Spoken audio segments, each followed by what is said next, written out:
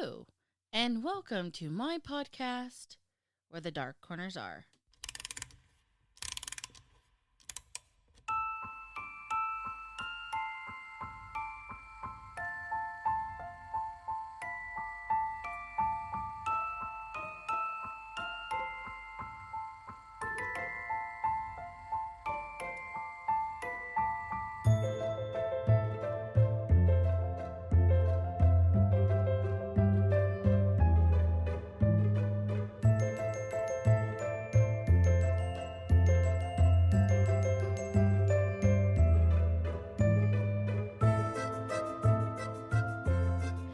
Hello, I am Vina, and I am your Dark Travels hostess. Tonight, we talk turkey, and we talk good old-fashioned family time around a smoky campfire, roasting marshmallows for s'mores. And joining me tonight is my husband, Jeff. Husband Jeff, or Lunchbox. Glad to be here. So first, like I said, let's talk turkey. We're going to cover a few fun, funky facts about Thanksgiving. Number one, it was President George Washington who in 1789 declared November 26 to officially be recognized as a day of public thanks and prayers to be observed.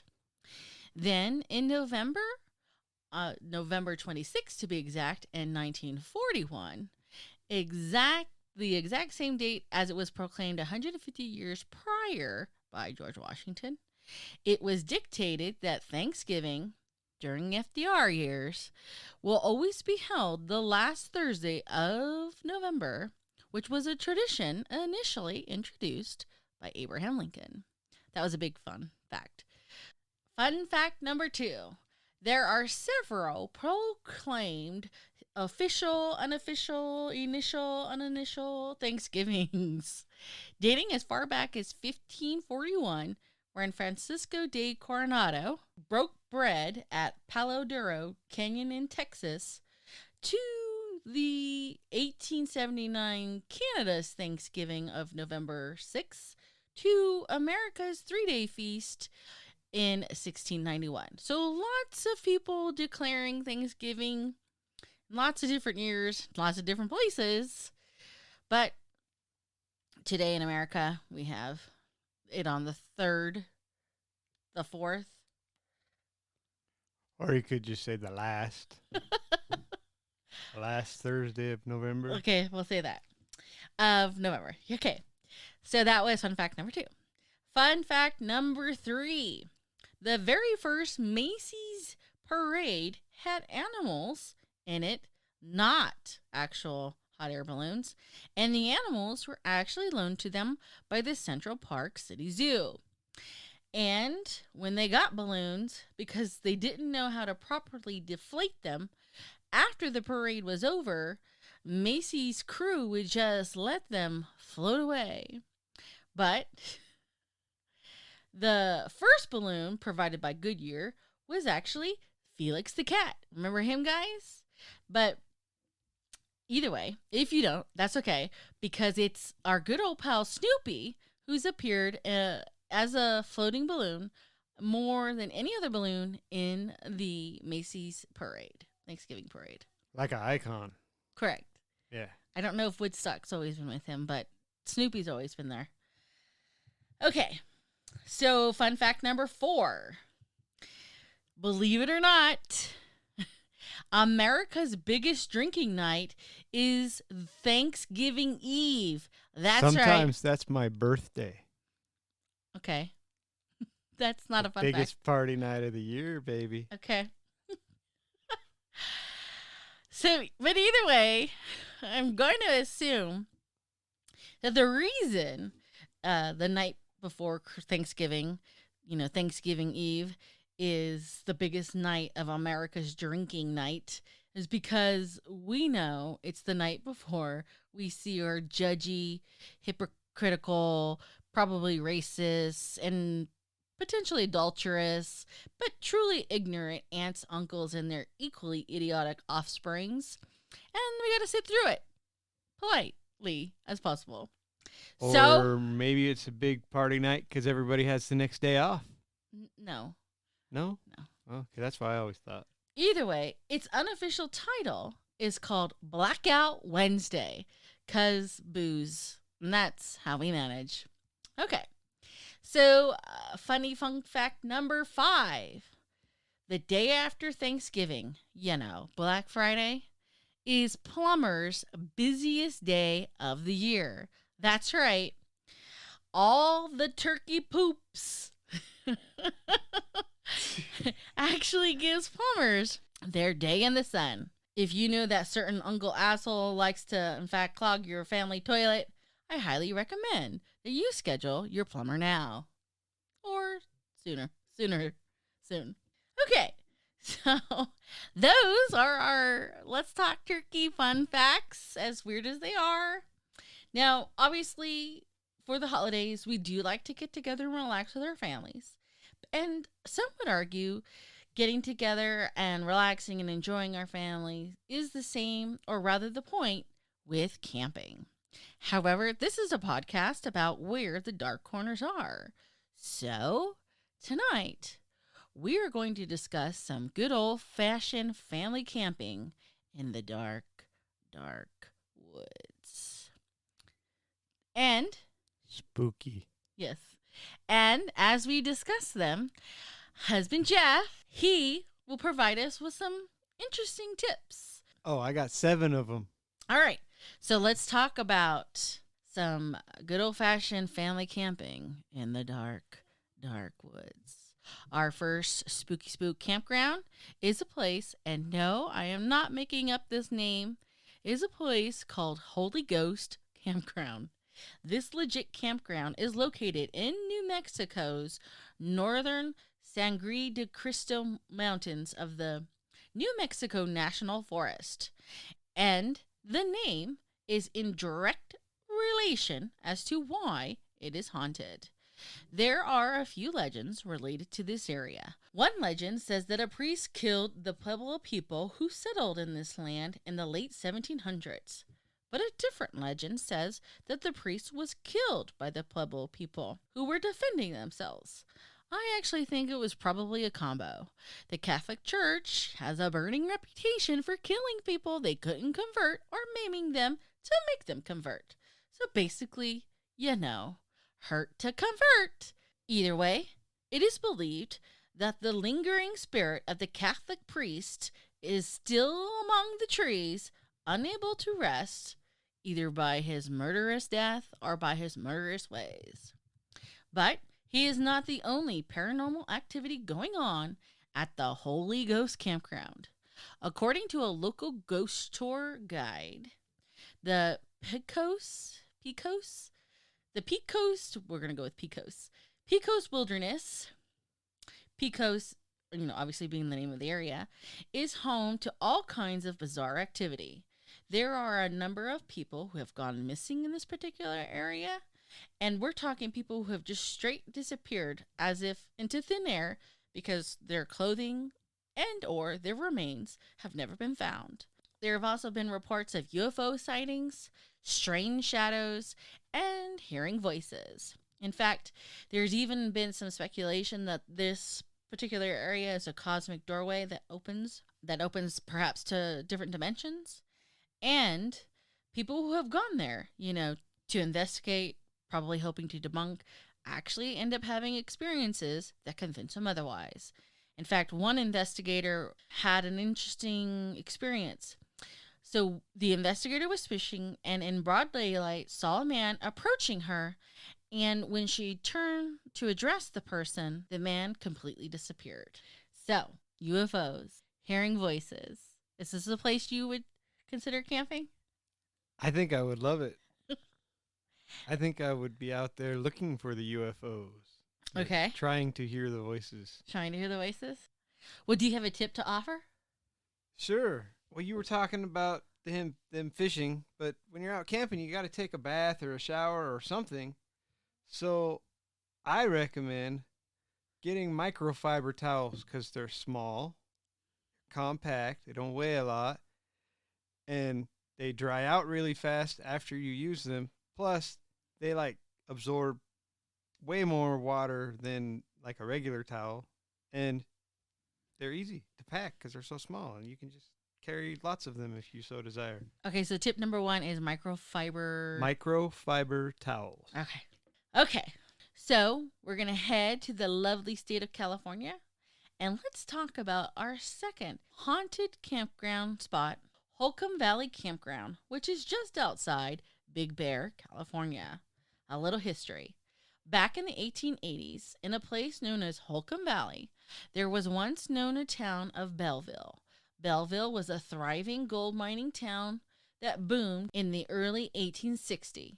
Being a boom town and having its rough and tough miners, it certainly had its fair share of saloons, brothels, drifters, robbers, and of course, scoundrels. In fact, it's been reported that there was at least one killing and one hanging every week. To this day, you can still see some of the ruins of this town's buildings, as well as a few graves, and many of the original mines and diggings throughout Holcomb Valley. And you can still see the old hanging tree, which is located just a short walk from the Holcomb Valley Campground. Now for the hauntings.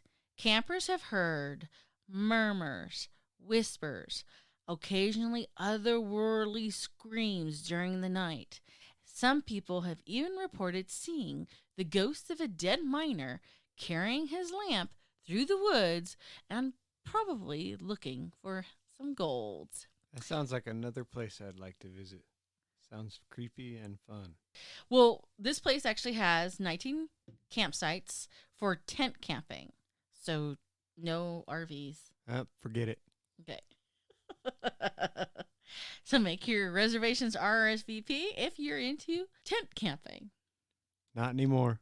Well, do you have any tips for tent camping? Yeah, sure. You never know when you're going to run into some kind of emergency and you need a little bit of duct tape to fix it, because duct tape fixes everything. Everybody knows that.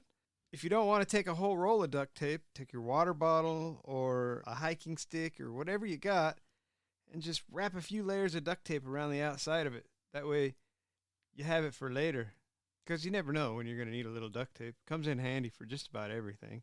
Duct tape. Duct tape. Okay. Or even better is Gorilla Tape, because that stuff sticks to everything. Okay. People can unroll it later? Yeah. Okay. Yep. All right. Camping hack tip number 2. Duct tape. Okay. Okay, moving on to our third Spooky Spook campground, still in the lovely state of California, and we are talking about the Humboldt Redwood State Park of Northern California. There are actually a few different things going on here. First, there's Bigfoot or Sasquatch. Throughout the year, people have reported sightings of Bigfoot or Sasquatch, and apparently he is known to trample on campers' food and other camping items. Do you believe in Sasquatch? Yes. I believe in Sasquatch. He's real. He's real. Yes. I don't know where he's at.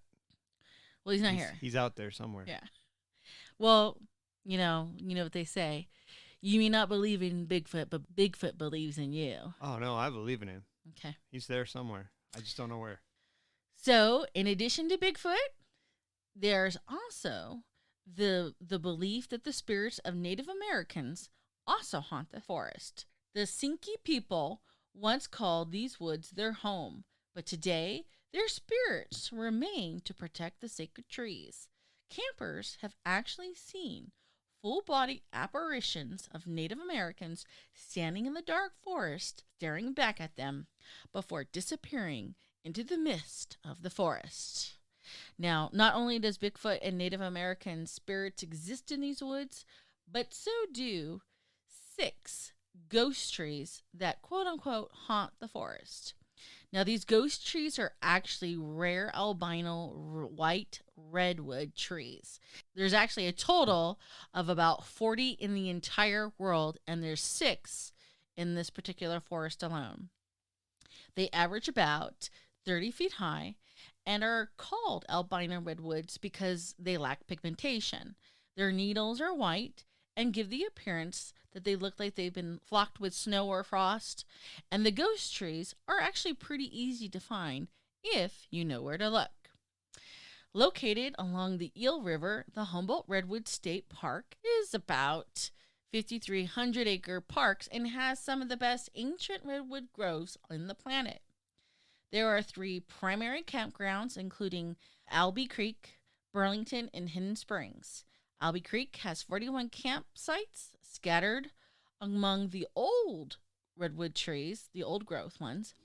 Burlington is located next to the visitor center on the Avenue of the Giants, which are the large trees. Very big trees. Very, very pretty place to go. If you've never been there, you should go there. Everybody should go there. Well, there's 57 campsites there, so they...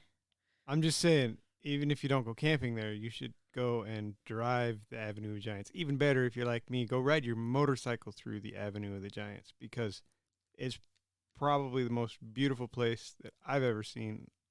It's stunning. If you've never been there, you got to go.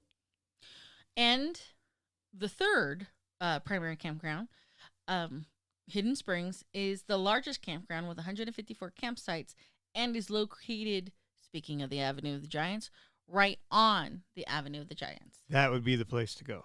Okay. I think, in my opinion. All right.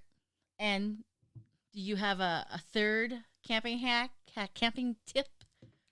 Well, if you're going to go camping and you're going to go in a tent, you probably, unlike me, if you're going to go in a tent, you probably don't have a lot of room because you got to kind of carry everything with you. So if you like Tic Tacs, save your boxes from the Tic Tacs because they make excellent little spice containers. You just put your salt, your pepper, and whatever else you want to take with you into a few of those.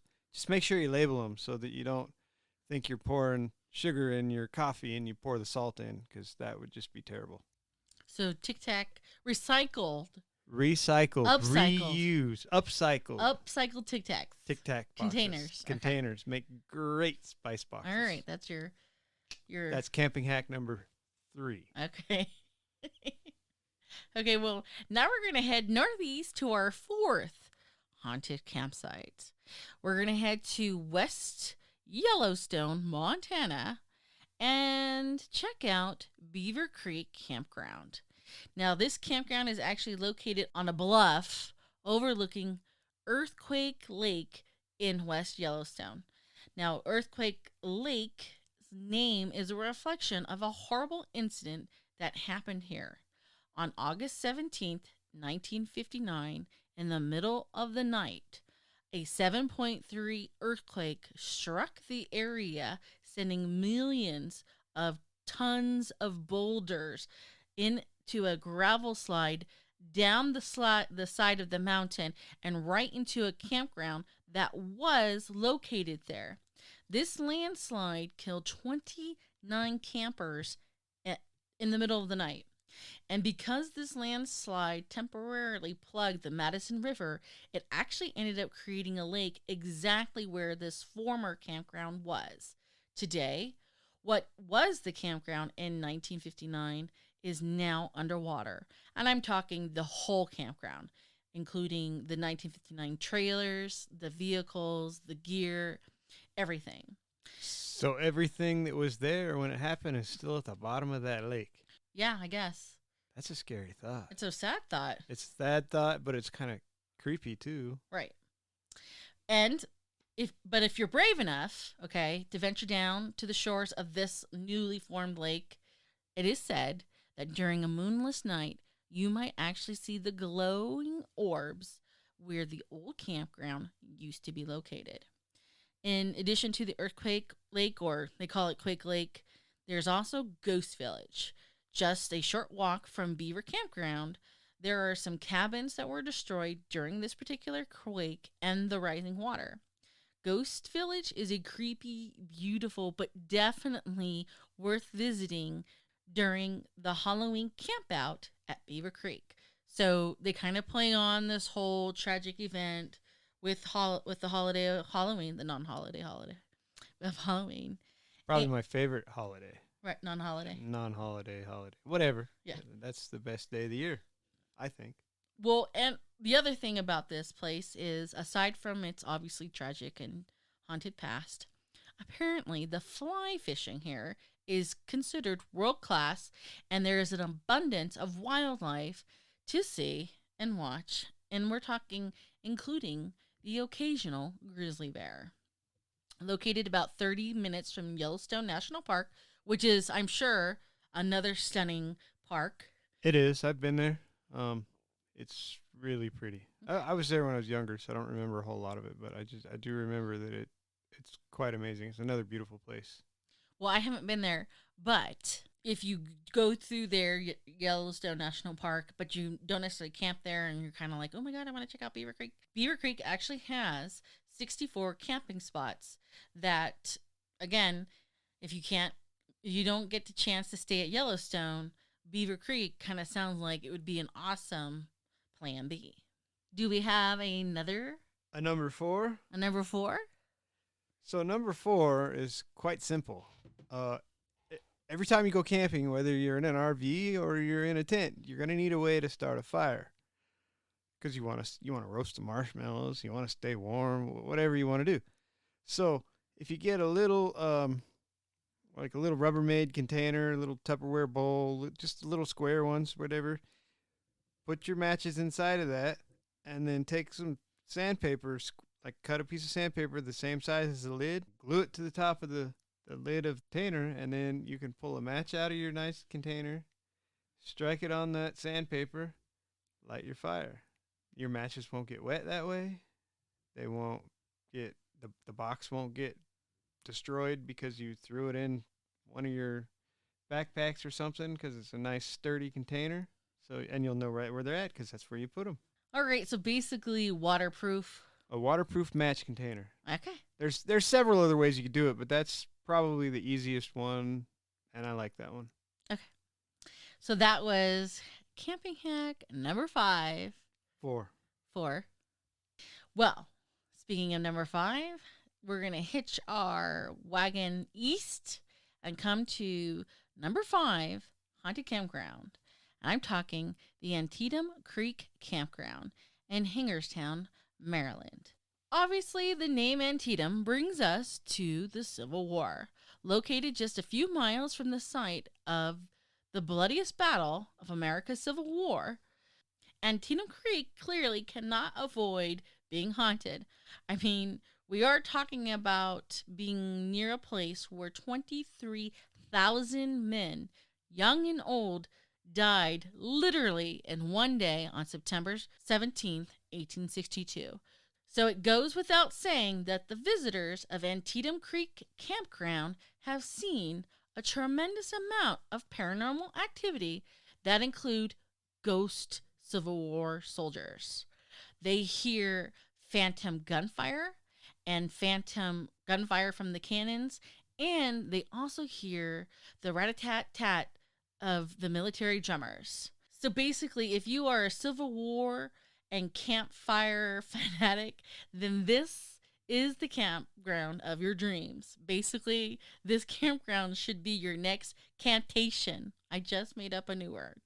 But be advised, you must park on the main road and trek your camping gear into this campground. No reservations are required, and walk-ins are okay for their 20 spots. You've got to carry everything in, and then you got to carry everything out. Doesn't sound like the kind of place I'd go. It sounds like a place I would go, but I don't know. I like my trailer. well, I get that. But being a history buff. Well, yeah, that definitely sounds interesting. I just don't know if I'd want to stay more than 1 or 2 nights, because sleeping on the ground and all, I'd rather sleep in the trailer. Okay. Well, do you have a camp hack? Yeah, so we're going to continue on the making fire idea here. So we talked about matches and where to keep them inside your little Rubbermaid container. So if you're out camping and you were going to start a fire, but for some reason in the middle of the woods you can't find any kindling to start your fire, you can put the Doritos in the fire pit. light your match, and burn the Doritos to start your fire. Who doesn't have Doritos? What flavor? You can use any flavor. And not only that, this is unconfirmed because I haven't tried this, but I've also read that corn chips work, that you can light corn chips on fire. So you're basically saying that one of America's favorite snack is flammable. Yeah. Highly flammable. Yeah. Can start a fire flammable. Well, you got to have flame to put to it, but yeah, you can use it as kindling. Okay. If any of our readers, Listeners? if any of my listeners actually have done this, please send me an email to confirm or debunk. Please send her an email and tell her I'm right. You don't have to agree with him. Anyways.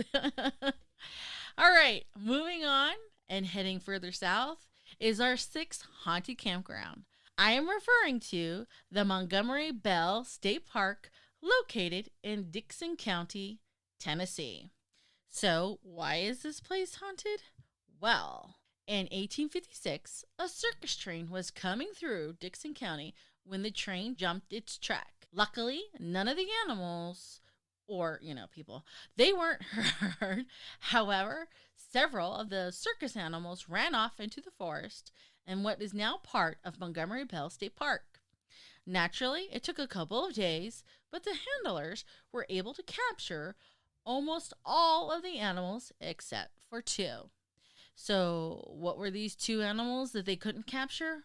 Well, according to lore, these 2 animals were a pair of half-human, half-wolf creatures who were exhibited under the moniker the Wolfmen of Borneo. In fact, the circus brought in expert trackers to track and capture the Wolfmen, but it seemed as if these Wolfmen of Borneo had disappeared into thin air. So would that be like werewolves? Well, half man, half wolf? That is the assumption or the image of the presentation that is given, because here's what happens after. After this incident, people in the area actually starts to hear strange howls at night, and as time passed, locals actually started losing livestock. Now, some of the livestock just went missing but were found, but others were found brutally dismembered and basically slaughtered and eaten. The locals began to fear that they actually had a werewolf on their hands, or maybe a couple of them. So they even called another professional hunter.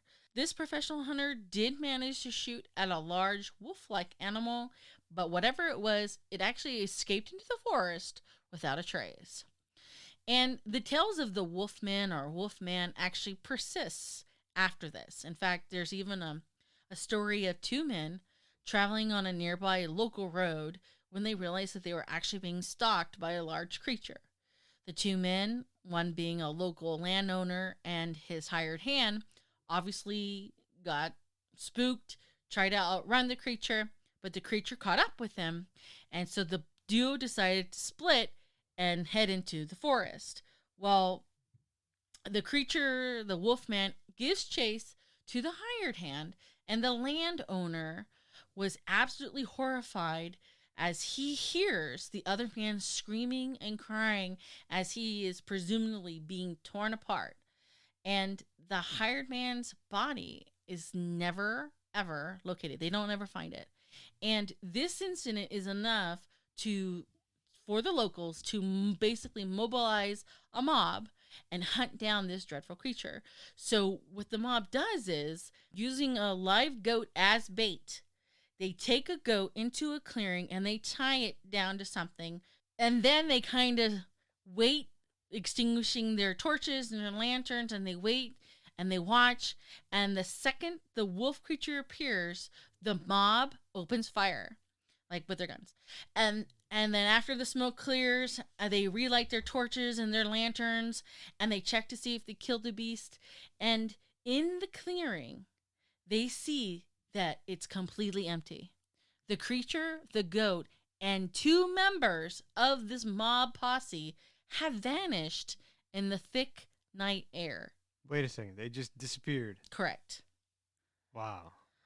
So That's creepy. at that point in time, they're like, they're just absolutely terrified. The group disperses and decides not to pursue this mysterious creature or creatures anymore.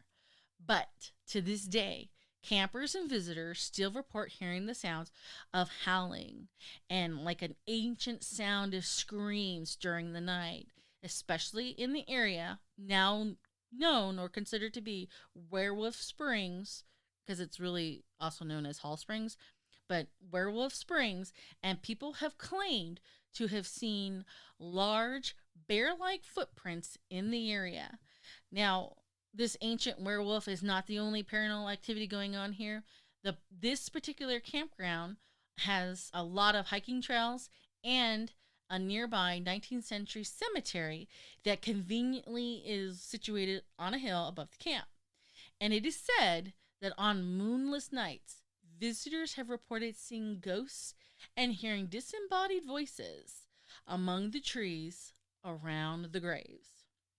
And if that isn't enough, starting from the cemetery, you can take a path that heads into the woods towards Werewolf Springs. The springs are actually springs, and they are said to have mystical powers and may have been one of the hangouts of the infamous Bell Witch. You guys remember the Bell Witch? When are we going there? That sounds like fun. It's in Tennessee. Well, it's a long road trip. We could pack the bike and take a trip. I don't know. That's a long bike trip without an RV. We'll get you your own. Okay. Get you a trike, and you can tow a trailer. You can sleep in it.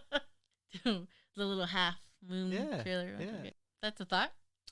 But getting back to Tennessee, I do actually feel like I have to seriously warn everyone.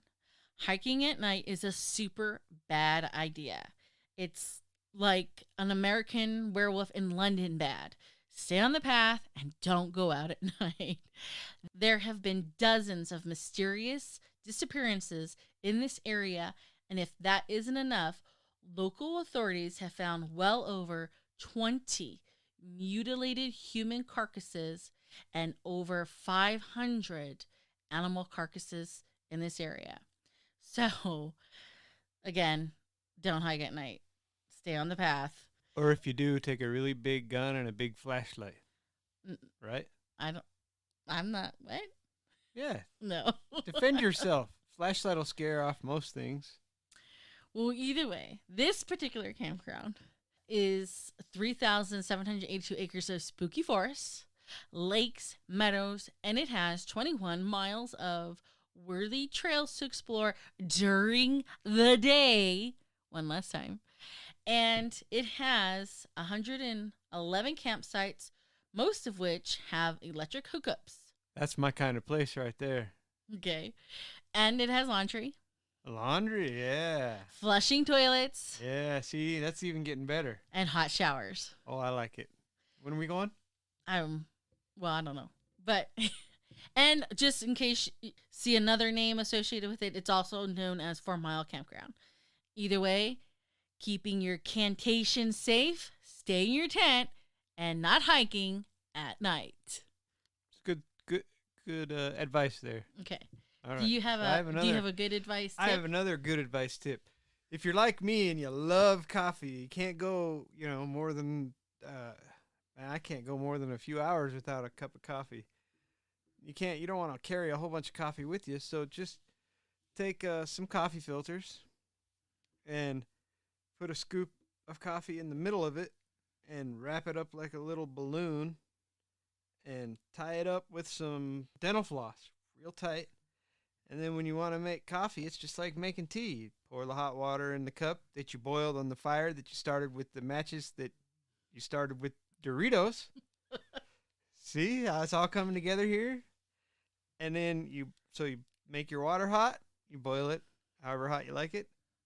Put there, just like making tea, put the bag in the cup, pour the water in, wait a few minutes, voila, you got coffee. Okay. Coffee for that night that you spent in the tent. Yeah, scared out of your wits because you heard a werewolf. For our our seventh and final campground for the night, we head east to Braley Pond, Virginia. Now, obviously, it's a place with a pond, and it's a popular fishing place as well. Located 60 miles from Charlottesville, Virginia, Braley Pond is in George Washington National Forest. So, part of what I think contributes to the paranormal activity is that there have actually been several suicides recorded in this area. And there have been a lot of bodies found, not only in the pond waters, but in the surrounding wilderness as well. And when we talk about paranormal activity, we're talking a number of paranormal activity going on here. One, there is the reported spirit that tends to hover over the pond. Another is the sound of unseen horses trotting down the road. Another is the mysterious sounds of laughter of children. In addition to all that, one commonly reported phenomenon is that people actually will get struck with the sudden sense of feeling sick and just an overwhelming sense of pure dread. Hikers in this area have also been known to complain about an overwhelming sense of disorientation. People have seen shadow figures, orbs of light, and there's also a complaint of this overwhelming feeling of being watched. And this was a new one, but there have also been reports of people being overcome with a strange compulsion to go into the water. The people who have claimed this have said it felt as if something was calling to them, beckoning them to go into the water. And if these freaky things aren't enough, some people have even described the feeling of something worming into their minds, kind of like an impending insanity. And in fact, there's even one recorded case of a paranormal researcher from the Shenandoah Valley Paranormal Society allegedly went insane and committed suicide shortly after investigating this particular site in 2006. And on top of the suicides, this place was actually the place of a gruesome gang murder in May of 2003, when 19-year-old Christopher Kennedy was lured there and stabbed to death by gang members. His body was callously dumped into the water. After all of this, of course, the paranormal activities escalated. So seriously, if you tempt Braley's Pond might tempt you. Now, this place, it's insane, all the crazy things. That sounds like probably the scariest place you've talked about all night. Probably people committing suicide and somebody got murdered and right, like there's something evil in that water. I don't know why people would go fishing knowing that I don't bodies think I want to go to that place. Are found in the pond. Yeah, I don't think I want to go there. Okay. I want to go to all the other ones we talked about, but I think I'll skip that one. Okay. Now, we've talked a lot about campgrounds, and one of the things you have to bear in mind, minus obviously besides Antietam Creek where it's a walk-in, a lot of these start taking reservations about 6 months to a year in advance. So roughly about now.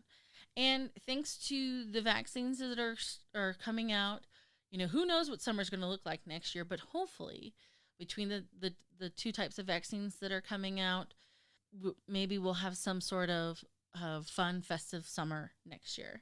Can I have one more tip? Absolutely, one more tip. One more tip, and it's going to stay along the same lines of starting a fire. So we started a fire with the matches that we had in our Tupperware container by lighting Doritos on fire. Well, if you don't want to light your Doritos on fire because you want to eat them, one other thing you can do, and I've actually done this, so I know it works, is get some like Vaseline and lamp oil. You know what lamp oil is? You put it in the old oil lamps. And you get some Vaseline and some lamp oil, and you put it in a pan on the stove, and you just heat it up till the Vaseline melts. Then you take a bunch of cotton balls or the cotton makeup remover pads. Those work really well too, but I think cotton balls are the best. And you put them all in there, and you let them soak up all the lamp oil and Vaseline. and then you just put them. Old prescription bottles work well, or even So you have to prep this. yeah, before yeah. you go. This is you prep this before you go. But what it is then when you get to where you're camping at and you want to start your fire, you just pull one cotton ball out that's soaked in that Vaseline and that lamp oil, and you kind of stretch out one part of it a little bit so it's kind of like a wick. You light it on fire, and since it's soaked in the Vaseline, which is petroleum, and the lamp oil, which is another fuel burning, it'll light on fire, and it you got a fire starter. So you don't have to burn your Doritos. So you can eat your Doritos now. Okay. So cotton ball flames is basically what he's saying. Cotton balls work great for starting a fire, and they work even better if you put some kind of accelerant on them, such as the lamp oil and the Vaseline. Okay. Well, thank you for all your tips tonight. You're welcome. I hope I come back someday. Okay, so before we end our session tonight, I actually kind of wanted to touch base on an idea that I have, and I kind of think this might be kind of fun. So I think it would be really awesome to hear some of our travel tales, our paranormal travel tales, experiences that you may have had while you're making your rounds, either on your way to Thanksgiving or any type of trip, family trip, vacation, camptation trips, or if you've even been to any of these places and you had a paranormal experience.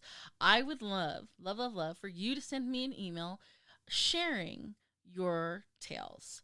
So if you have a paranormal experience whilst traveling and would like to share, please send me an email at wherethedarkcornersaare@gmail.com. But that is all we have for tonight. And as always, if you have a place that you would someday like to see where their dark corners are, or if you have a specific tourist attraction in mind, send me an email, again, at wherethedarkcornersaare@gmail.com. So, final words? Yeah, just, camping is fun. And if you use some of these hacks, and if you want more, you can email her at wherethedarkcornersaare@gmail.com, and I can give you more. 'Cause I got a whole list of them. Just ask her, and I'll tell her what they are, and she can send them to you. Well, thank you. Until next time, please remember, only the few can see the beauty in the darkness, which is why I hope to meet you where the dark corners are.